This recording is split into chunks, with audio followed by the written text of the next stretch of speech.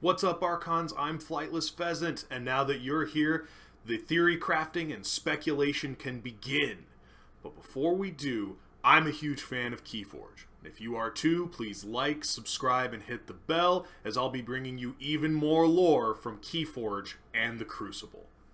Today, I want to talk about the really surprising House Sanctum appearance in the Grim Reminders set that'll be coming out early next year, along with a bunch of other cards that have interesting art or flavor text or just really cool references that I found when I was going through all the spoiler images.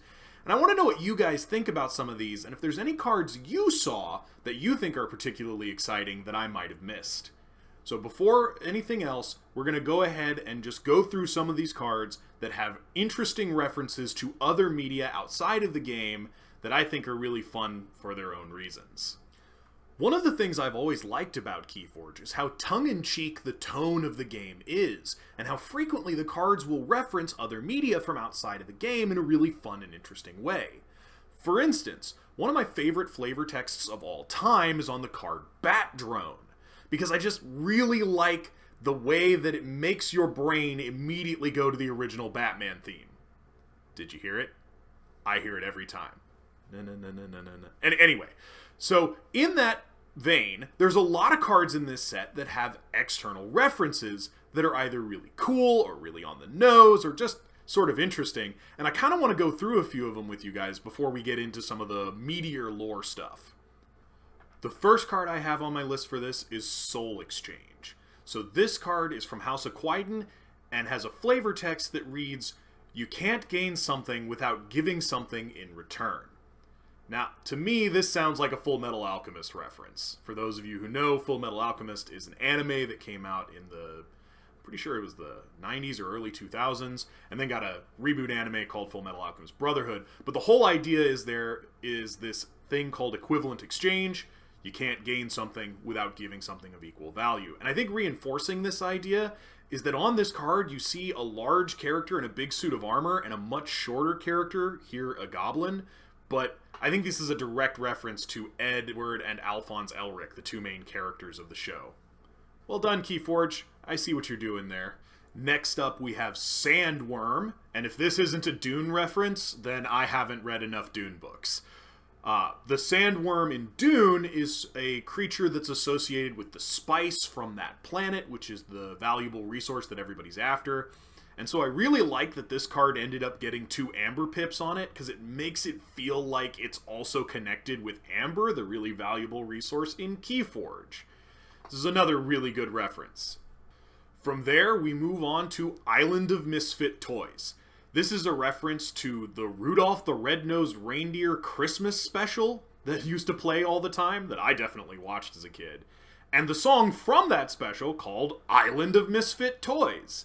This card is a really great fit with House Geistoid and its whole reanimated garbage looking for a place in the world motif, but it is kind of a sad and weird reference when you think about it. Next up, also from House Geistoid, we have Shades and Persephone.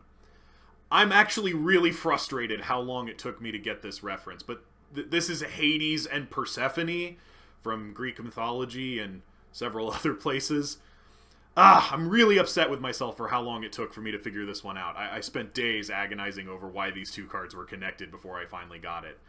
I also want to highlight the way these two cards work. It's really difficult to have both of them in play at the same time because of the way their reanimation mechanics are worded.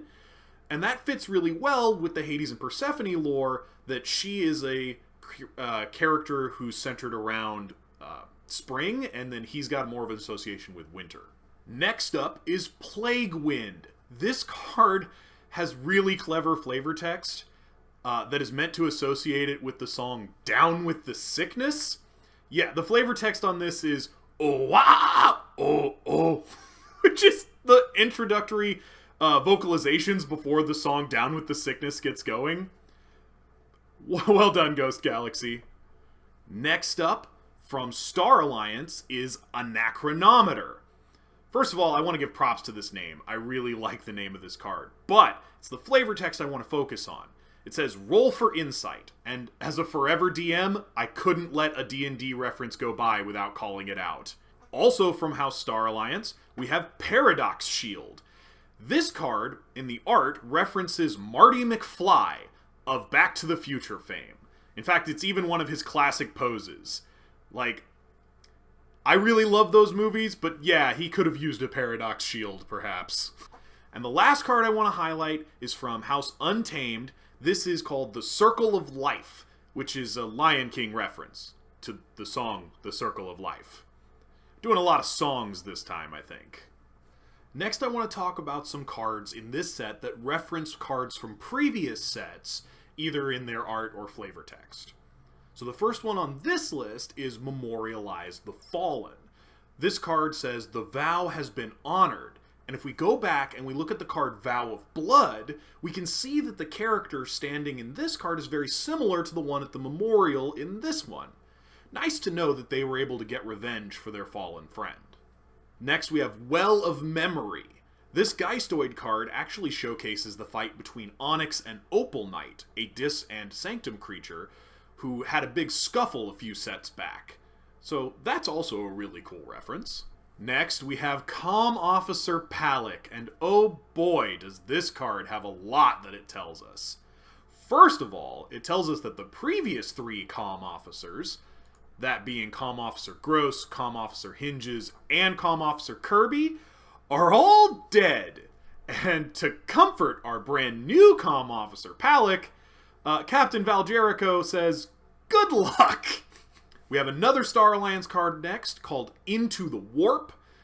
This card is a reference to Quintrino Warp.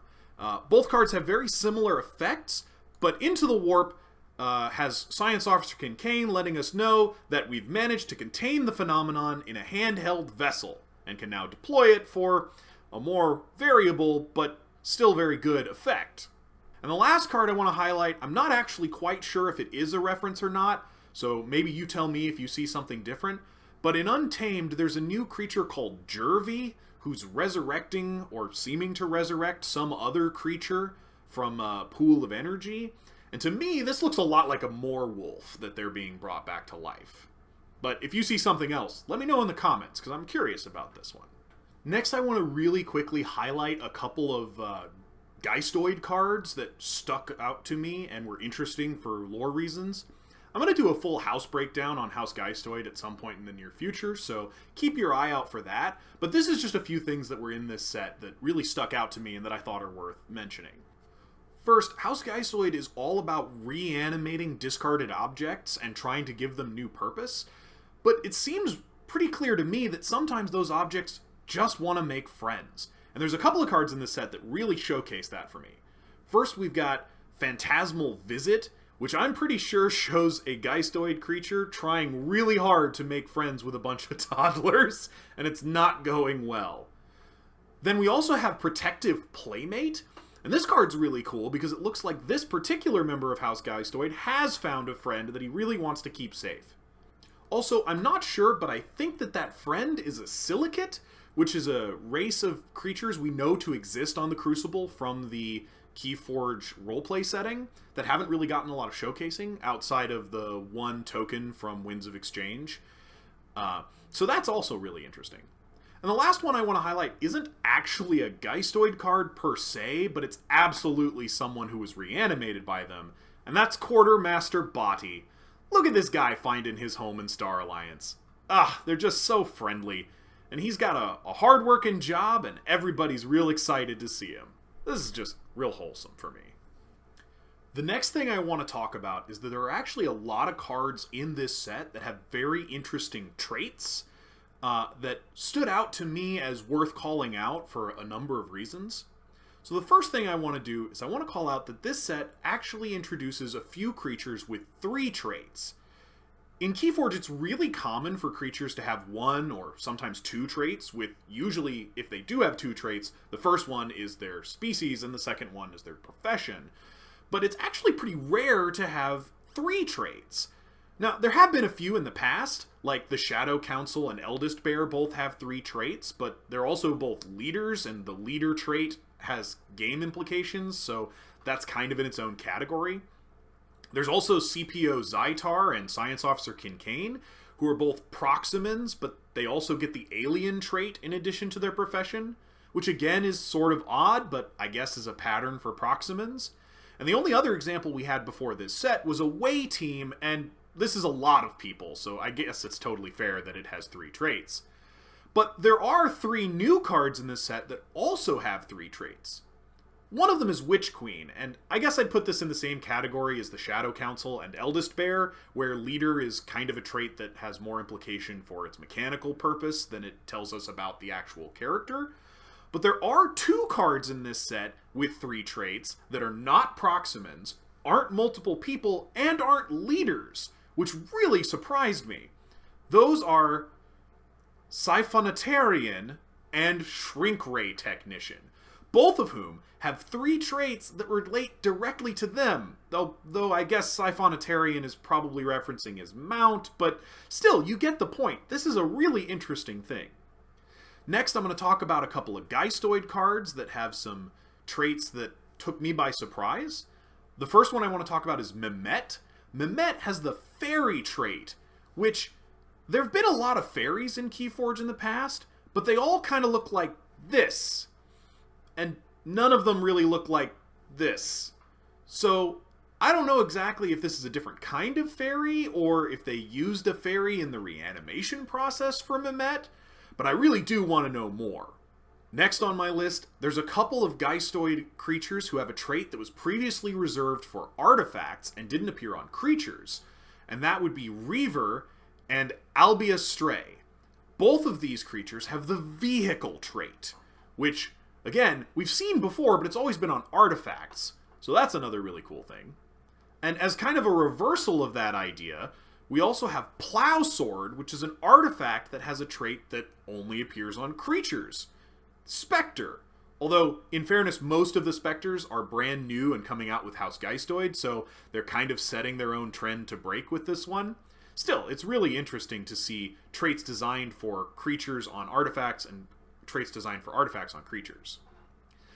Next, we have a card called Webster, who has the Location trait. Now, we've actually seen this one on a creature before, but last time it was on a Brobnar creature called Lollop the Titanic. I think this is meant to imply that Webster is supposed to be a building, because the flavor text specifically says that's not a building. But it's interesting to me that this association has been made between these 2 creatures being locations, when we also got another Brobnar creature in this set, who's the second creature ever to specifically be called a Titan, and that's Awakened Titan, who did not get the Location trait. So, yeah, that's kind of interesting. Now I want to talk about some unfathomable creatures that really took me off guard. So, remember when I said that when a creature has 2 traits, it's usually its species followed by its profession? Well, there is one species that so far has been an exception to that rule, and that's the unfathomable Aquan. We've had 40-some Aquans before this set came out, and every single one of them previously was just an Aquan, no profession in sight. But in this set, we got 3 Aquans who do have jobs. Hakura Icefin, Immersioneer, and Squall Master all got professions. Which is interesting because I always thought that the reason that the Aquans didn't get professions was a lore decision. And now it's looking like maybe it was an oversight? I mean, I might give them a pass, except that there are named characters, like Deep Priest Glebe, who doesn't have the Priest trait, and yet Squall Master does. So maybe we'll get a retcon on this, but this was really interesting for me. The last couple of cards with interesting traits all come out of House Untamed. I already talked about Witch Queen a little bit, but it's really interesting to me that Witch Queen has the Leader trait, because Eldest Bear already exists. This implies that Untamed actually has multiple leaders, which is something we've not seen before. So that'll be cool to look forward to in the future.